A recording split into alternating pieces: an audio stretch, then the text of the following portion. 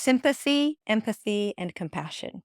Three terms that we hear very commonly that actually have some pretty distinct meanings, and we're going to review them just for the purposes of making sure that we're all on the same page about what they mean, and so that you can better understand why I have chosen the term body empathy for what high body empathetics and neurotypicals experience, and emotion sharing empathy for what autistics experience.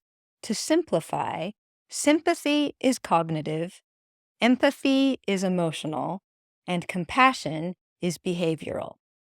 Both autistics and non autistics experience all three of these, but they experience them differently. This is really important because the different ways that autistics and non autistics experience sympathy, empathy, and compassion really plays a big role in how neurodiverse families function.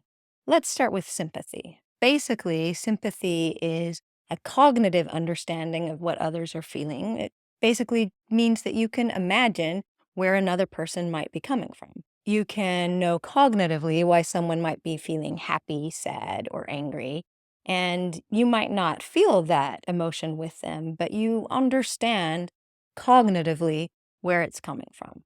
That is sympathy. So, since sympathy is cognitive, it could be compared to theory of mind. And as we know, autistics have theory of mind difficulties or mind blindness. So, we could say that autistics have difficulties with sympathy. So, sympathy is cognitive and empathy is emotional. And empathy basically means to feel what another person is feeling with them and to feel it emotionally. Both autistics and non autistics experience empathy. Empathy is what is associated with the mirror neuron system. And both autistics and non autistics have functioning mirror neuron systems. But their mirror neuron systems function differently. So it just makes sense then that their empathy would function differently too. And compassion is behavioral. At its Latin roots, it means to suffer with. Compassion is all about taking action.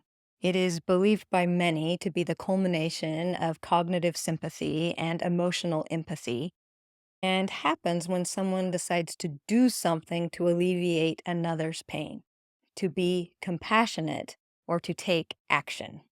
Both autistics and non autistics have compassion, of course. They will both take action to alleviate others' pain and difficulties. And they will both do it in association with cognitive sympathy and emotional empathy. But it happens differently. So remember, sympathy is cognitive and it's associated with theory of mind. Autistics have difficulties with sympathy. Empathy is emotional and it's associated with the mirror neuron system. And compassion is behavioral. It's about taking action. Autistics and non autistics all have sympathy, empathy, and compassion, but they experience them differently.